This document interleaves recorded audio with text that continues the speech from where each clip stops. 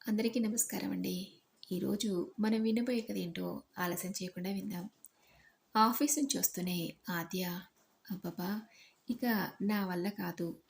రోజు ఇన్ని పనులు ఒంటి చేత్తో చేయలేకపోతున్నాను. ఒకవైపు ఇంటి పనులు, మరోవైపు పిల్లలు, ఆఫీసు, ప్రాణం పోతుంది.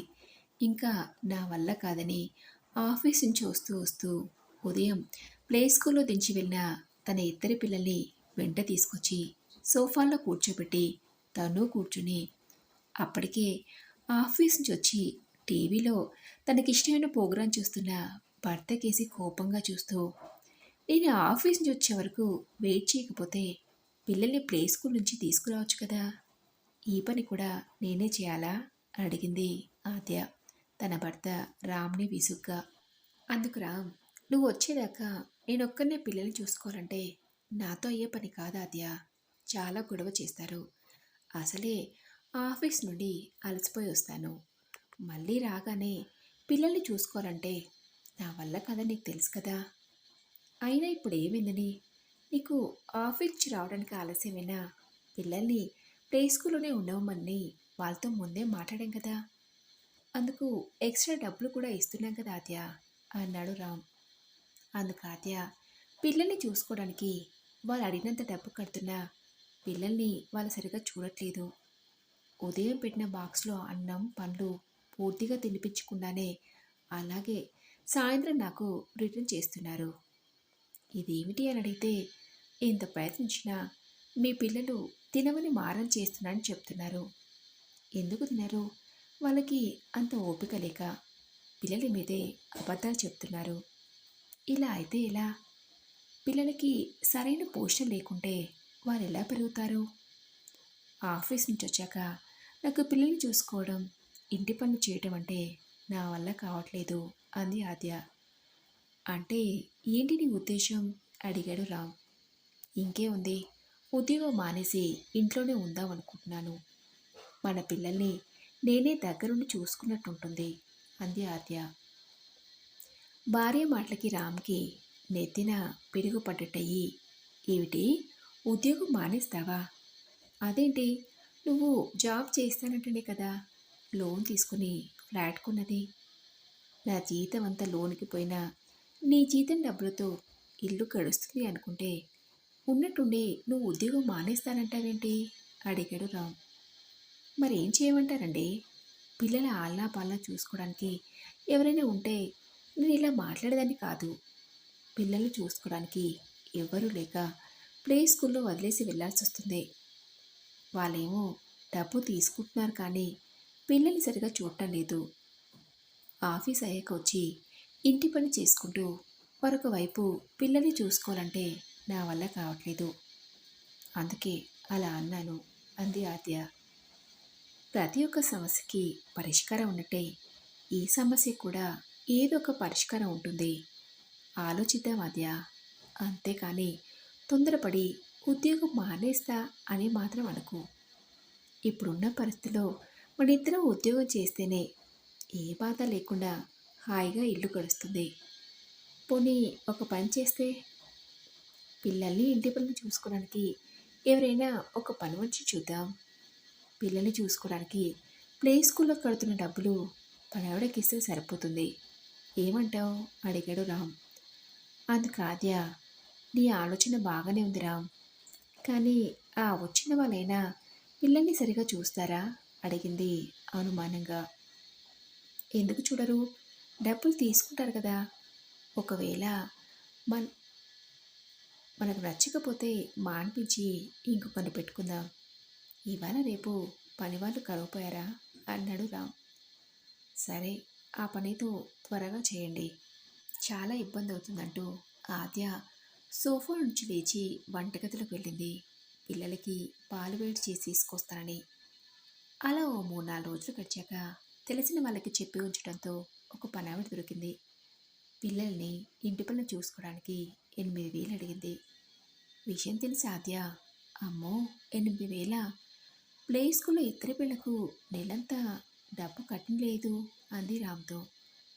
అందులో పిల్లల్ని సరిగ్గా చూడటం లేదనే కదా ఆద్య, ఉదయం నుంచి సాయంత్రం వరకు మనం లేకపోయినా ఇంట్లో ఉండి పిల్లల్ని చూసుకోవడానికి, ఇంట్లో పనులని చేయడానికి ఒక పనావిడని చూడాలనుకుంది. అంతకన్నా తక్కువ డబ్బులకి పనిలోకి ఎవ్వరూ రారు కానీ ఏదో కొన్ని రోజులు నడవనివ్వు అన్నాడు రామ్. అలా మొదటి రోజు పనిలోకి వచ్చిన ఆవిడకి ఆద్య పిల్లల గురించి, ఇంటి పనుల గురించి అన్ని జాగ్రత్తలు చెప్పి ఆఫీస్కి వెళ్ళింది.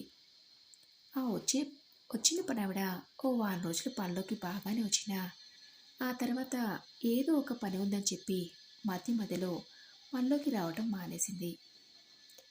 తను రాని రోజు పిల్లల బాధ్యత ఎవరికి అప్పగించాలో ఆద్య రాములకి అర్థం కాలేదు. అంతకుముందంటే ప్లే స్కూల్లో దించి వెళ్ళేవారు. ఇప్పుడు అది కూడా లేదు. అలా పిల్లల్ని చూసుకుంటూ ఉద్యోగాలకు వెళ్తూ ఇబ్బంది పడుతున్న ఆద్య ఒకరోజు సాయంత్రం ఆఫీస్ నుంచి వచ్చాక భర్తకి కాఫీ ఇచ్చి తను తాగుతూ ఇలా ఇబ్బందులు పడుతూ ఉద్యోగానికి వెళ్ళే కంటే మనం ఒక పని చేస్తే ఎలాంటి టెన్షన్ ఉండదు అంది ఆద్య. ఏంటది అడిగాడు రామ్. ఎలాగో మీ అమ్మ ఊళ్ళో ఒక్కతే ఉంటుంది కదా, తనని మన ఇంటికి తీసుకొస్తే పిల్లల్ని చూసుకుంటూ ఇంటి పనిలో నాకు సహాయంగా ఉంటుంది కదా అంది ఆద్య. భార్య మాటలకి రామ్, ఒకప్పుడు అమ్మ మన దగ్గరికి వస్తానన్నప్పుడు నువ్వేమన్నావో గుర్తులేదా ఆద్య? అలాంటిది అమ్మని ఇప్పుడు రమ్మని ఎలా అడగరం అన్నాడు రామ్. అందుకు ఆద్య, అప్పటి పరిస్థితులు వేరు, ఇప్పటి పరిస్థితులు వేరు. అత్తయ్య పిల్లల్ని చూసుకుంటే తప్ప నేను పిల్లల్ని వదిలి ఉద్యోగానికి వెళ్ళే పరిస్థితి కనిపించట్లేదు అని బదులిచ్చింది ఆద్య. భార్య మాటలకి రామ్కి కోపం వచ్చింది. మాట్లాడితే ఉద్యోగం మానేస్తానంటావేంటి? ఇద్దరం కలిసి మాట్లాడుకుని నిర్ణయం తీసుకునే కదా నువ్వు ఉద్యోగంలో చేరింది. లోన్ తీసుకుని నేను ఈ ఫ్లాట్ కొన్నది అన్నాడు రామ్. అవును, మరి ఇప్పుడు ఇబ్బంది అవుతుంటే నేను మాత్రం ఏం చేయగలను? అయినా ఒకసారి వెళ్ళి మీ అమ్మని రమ్మని అడిగితే వచ్చిన నష్టం ఏంటి అంది ఆద్య కోపంగా. సరే చూద్దాంలే అన్నాడు రామ్. అలా వారం రోజులు గడిచాక పని మనిషి ఒక రోజు వచ్చి ఒకరోజు మారటంతో రామ్ కూడా అప్పుడప్పుడు ఆఫీస్కి సెలవు పెట్టి ఇంట్లోనే ఉండాల్సిన పరిస్థితి రావడంతో ఇక విసుకొచ్చి ఆది చెప్పింది కరెక్టే, అమ్మ వస్తే మా ఇద్దరికి ఎటువంటి సమస్యలు ఉండవు. అమ్మకి నేనంటే చాలా ఇష్టం, తప్పకుండా వస్తుంది. రేపు ఆదివారమే కదా, ఆఫీస్కి ఎలాగో సెలవు, వెళ్ళి అమ్మని వెంట పెట్టుకుని రావాలి అనుకున్నాడు రామ్. ఆ రోజు రాత్రి భోజనాలు అయ్యి పడుకున్నాక రామ్కి ఇంతకీ నిద్ర రాలేదు. నిజంగా నేను ఎంత స్వార్థపరుణ్ణి. చిన్నప్పటి నుంచి నాన్న లేకున్నా అమ్మ నాకు నాన్న లేని లోటు ఏమాత్రం తెలియకుండా మమ్మల్ని పెంచి పెద్ద చేసి నాకు చెల్లికి చదువు చెప్పించి ఈ స్థాయికి చేరుకులా చేస్తే అమ్మ గురించి ఒక్కరోజైనా, కేవలం ఒక్కరోజైనా ఆలోచించాను నేను.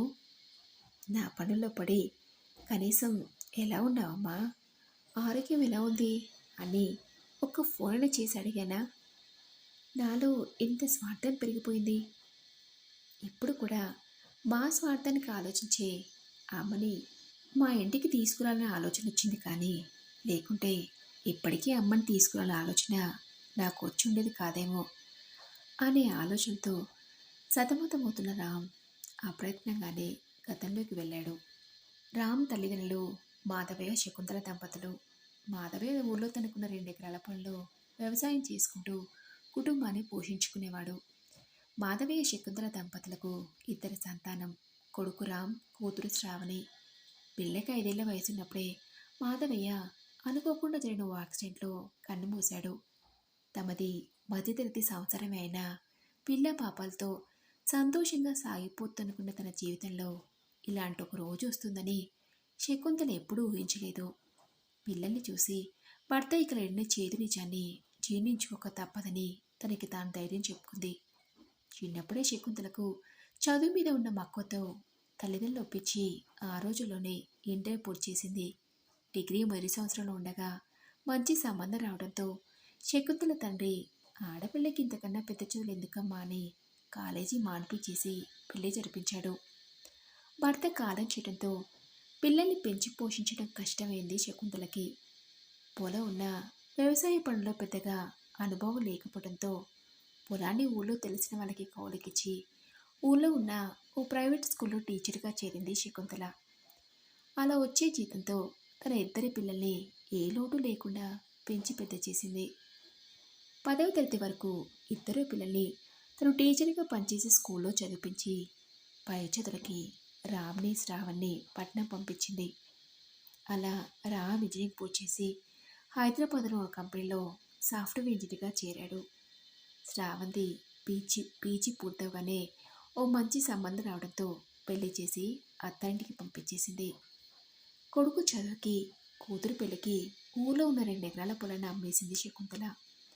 అప్పులన్నీ పోను ఓ 2 లక్షల రూపాయలు మిగలడంతో వాటిని బ్యాంకులో వేసి వాటి నుంచి వచ్చే వడ్డీకి తోడు సాయంత్రం పూట రోజు పిల్లకి ట్యూషన్ చెప్తూ కాలం వెళ్ళదీస్తుంది. ఉద్యోగరీత్యా హైదరాబాద్లో ఉంటున్న రామ్కి కూడా పెళ్లి చేసేస్తే తన బాధ్యత తీరిపోతుందనుకు శకుంతల సంబంధాలు చూడటం మొదలుపెట్టింది. విషయం రామ్కి తెలిసి కాలేజీ ఇచ్చే రోజుల్లో నాతో పాటు చదువుకున్న ఆది అనే అమ్మాయిని ఇష్టపడ్డానని తన్ని పెళ్లి చేసుకోవాలనుకున్నా చెప్పాడు. అందుకు శకుంతల కొడుకు ఇష్టాన్ని కాదనలేక సరే అని పెళ్లి జరిపించింది. శకుంతల తన కోడల ఆద్యని కూడా తన కూతురు శ్రావణ్లాగే చూసుకున్నా శ్రావణి మాత్రం అత్తగారితో అంతంత మాత్రంగానే ఉండేది. పండగలకి సెలవులకి రామ్ హైదరాబాద్ నుంచి తన ఊరికి వచ్చిన ఆద్య శకుంతలతో అంటి ముట్టినట్టుగానే ఉండేది. అలా రామ్కి పెళ్ళైన సంవత్సరానికి ఒరే నాన్న రామ్, ఒక్కదాన్నే ఊళ్ళో ఉండి నేనేం చేయనురా, నేను మీతో వచ్చేస్తాను, రేపు మీకు పుట్టబోయే పిల్లల్ని చూసుకుంటూ ఆనందంగా గడపనుందిరా అడిగింది శకుంతల. రామ్కి కూడా ఎప్పటి నుంచో తల్లిని తనతో తీసుకెళ్ళాలనే ఆలోచన ఉండటంతో నేనే నిన్ను నా దగ్గర రమ్మని అడుగుదామనుకుంటున్నానమ్మా, ఈలోగా నువ్వే అడిగేశావు, సరే వెళ్ళామమ్మా అన్నాడు రామ్. తల్లి కొడుకులు మాట్లాడుతుండగా ఆది విని ఆ రోజు రాత్రి పడుకోబోయే ముందు, ఏంటి మీ అమ్మని మనతో తీసుకురానికి రెడీ అవుతున్నట్టున్నావు, ఆవిడకి ఇక్కడ ఏం తక్కువైందని, ఇల్లు ఉంది, చక్కగా ట్యూషన్ చెప్పుకుంటూ తన పాటికి అందరి ఇక్కడే ఉండలేక రమ్మని అడుగుతావేంటి, కొత్తగా పెళ్ళైన వాళ్ళం, తను మనతో పాటు ఉంటే మనకి ప్రైవసీ ఏముంటుంది, ఇంకొన్ని రోజులు పోయాక తీసుకెళ్తానని చెప్పండి, అసలే సిటీలో ఖర్చులు ఎక్కువ, నాకు ఇంకా ఉద్యోగం కూడా రాలేదు, మీ ఒక్కరి సంపాదనతో ఇల్లు గడవాలి, అందుకని నా మాట విని మీ అమ్మని ఇక్కడే ఉండనివ్వండి అంటంతో రామ్కి ఏం మాట్లాడాలో అర్థం కాలేదు. ఆ మరుసటి రోజు హైదరాబాద్కి బయలుదేరుతూ, అమ్మ మేమిద్దరమే కదా అని సింగిల్ బెడ్రూమ్ ఇల్లు తీసుకున్నాను, కాస్త పెద్ద ఇల్లు తీసుకున్నాక నేను తీసుకెళ్తాలే అనటంతో ఎంతో ఆశగా కొడుకు దగ్గరికి వెళ్ళాలనుకుంటే శకుంతల మనసు రామ్ మాటలకి చివుక్కుమంది. ఏమీ మాట్లాడలేక సరే నాన్న నీ ఇష్టం అని అనటంతో రామ్ తన భార్యను తీసుకుని హైదరాబాద్కి వెళ్ళిపోయాడు. ఆ తర్వాత పండగలకి సెలవులకి కొడుకు కోడలు వచ్చినా ఆ విషయం గురించి శకుంతల వాళ్ళని ఎప్పుడూ అడగలేదు. రాము కూడా తల్లిని తీసుకెళ్ళను లేదు. కొడుకుకి పెళ్ళైన 2 సంవత్సరాలకి కోడలు తల్లి కాబోతున్న విషయం తెలిసి సంతోషం పట్టలేక కోడల్ని చూడటానికి శకుంతల హైదరాబాద్కు వెళ్ళింది. వారం 10 రోజులుండి కోడలికి ఇష్టమైనవన్నీ చేసి పెట్టాలనుకుని సంతోషించిన కోడలు ప్రవర్తన వల్ల శకుంతల అన్ని రోజులు ఉండకుండానే ఊరికి తిరిగి వెళ్ళిపోయింది. ఆ తర్వాత కోడలు డెలివరీ అయిందని తెలిస్తే వెళ్ళి చూసి రావటం తప్ప మళ్ళీ ఎప్పుడు కొడుకింటికి వెళ్ళింది లేదు. ఇంతలో ఏంటి రామ్, అప్పటి నుంచి అటు ఇటు కదులుతున్నావు, ఇంకా నిద్రపోలేదా అని ఆద్య రామ్ని అనటంతో గతం నుంచి తేరుకుని, లేదాద్య ఎందుకో నిద్ర రావట్లేదు, రేపు ఊరికి వెళ్ళి అమ్మని రమ్మని అడగాలంటేనే అదిలో అనిపిస్తుంది అన్నాడు.